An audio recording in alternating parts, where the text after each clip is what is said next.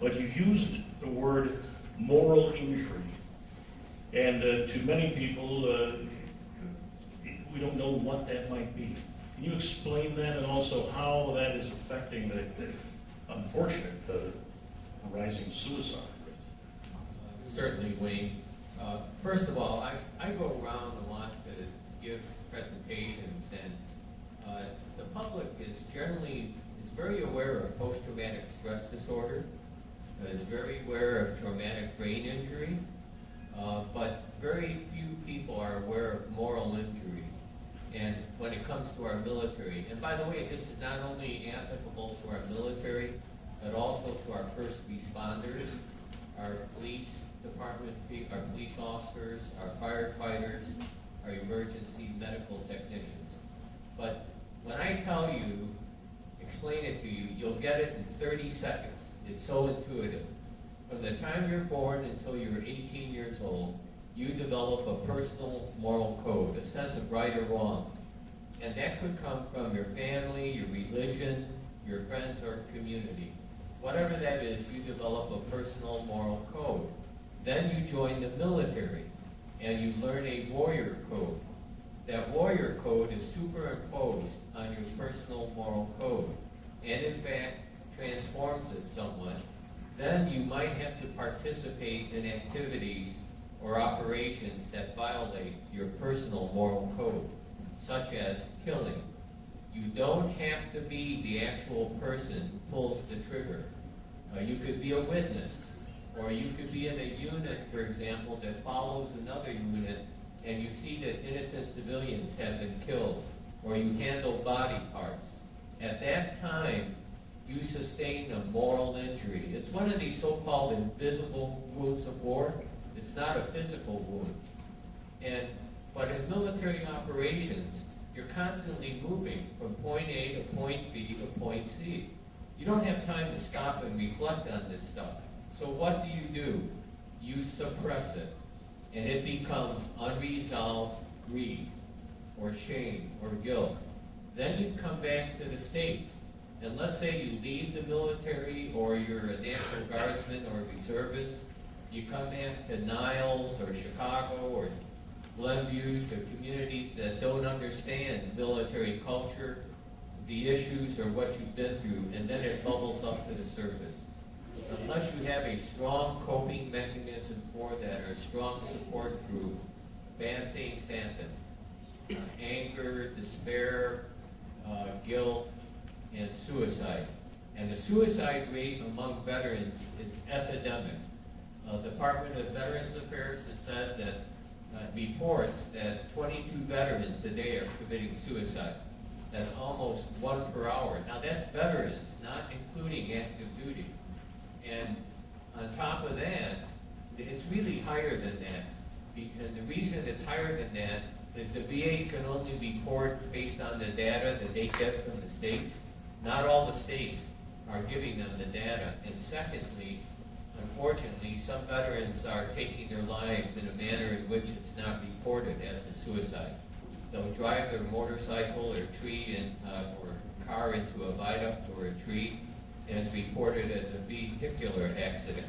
Or there's also something called suicide by cop, where they force the law enforcement official to take lethal action.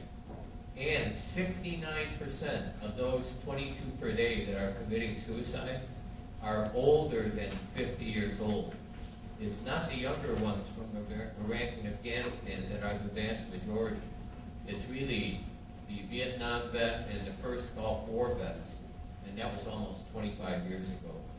So moral injury is an issue that needs to be made aware by the public, and there is help for that, and that's why military outreach is trying to get the word out.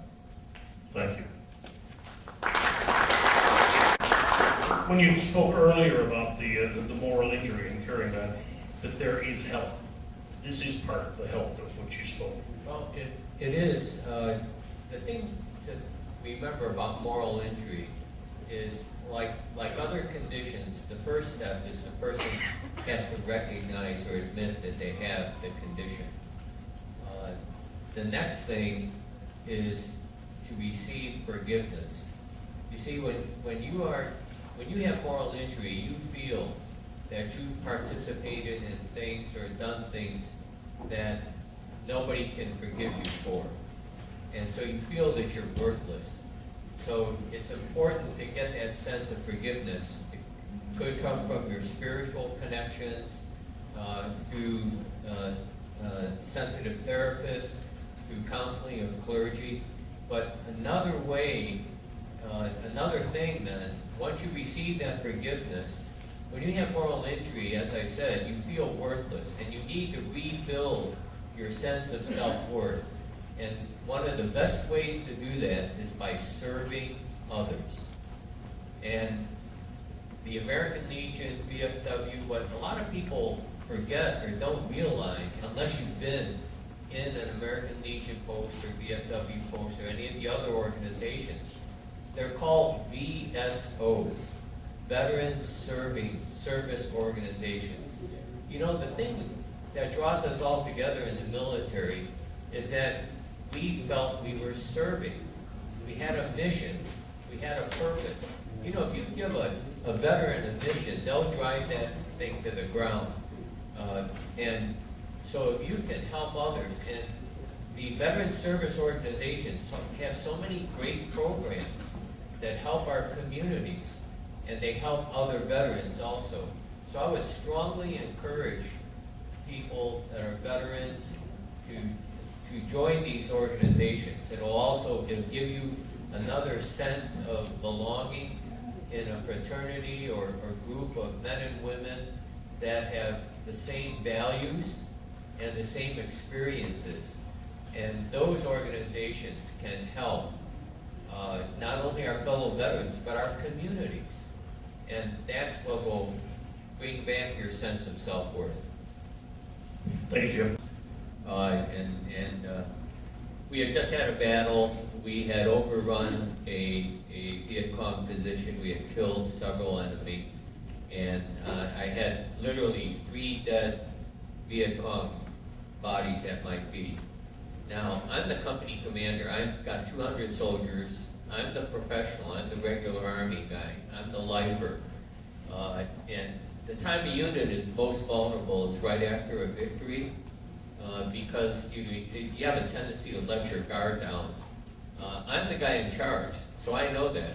So I'm on the radio and I'm talking to my platoon leaders, and I'm kicking rear end and taking names, and I'm telling them, redistribute your ammunition, take care of your wounded, look for enemy avenues of approach for a counterattack. And then suddenly I stop and I look at those bodies at my feet, and I realized that something had happened to me. Something had hardened my heart. Only moments earlier, these were alive human beings. These were children of God. These were people who had families, loved ones. They were fighting for something as important to them as I was fighting for. And yet I was treating them like they were just bumps on a log. And then I thought about Jesus' Sermon on the Mount, where he told us to pray for our enemies. And so in the middle of all this stuff going on, we call it the fog of battle, I said a prayer for those 3 Viet Cong. I didn't have a big ceremony. I didn't get on my hands and knees. This all took about 30 seconds. But it was something that stayed with me for the rest of my life. And I frankly realized that I was praying for myself as much as I was praying for them. And now, since I've been involved with this moral injury issue, I realized that I was 1 in a million lucky guys who was able to address my moral injury when it happened. And I think that has helped me.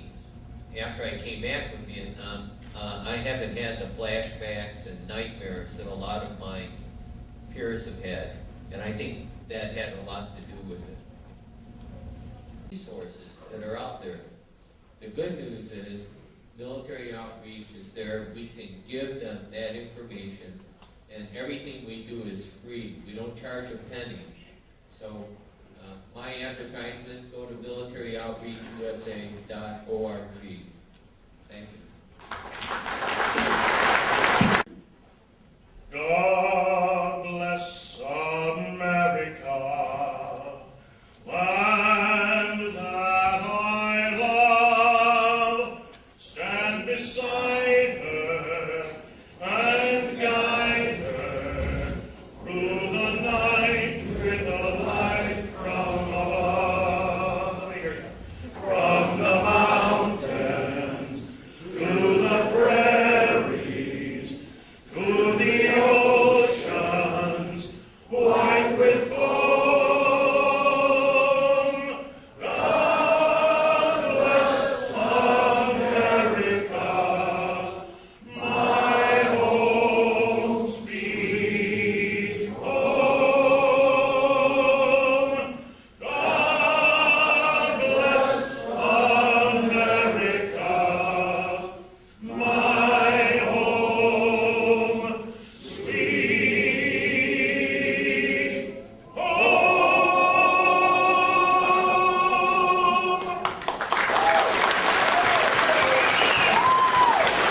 Thank you all for your service.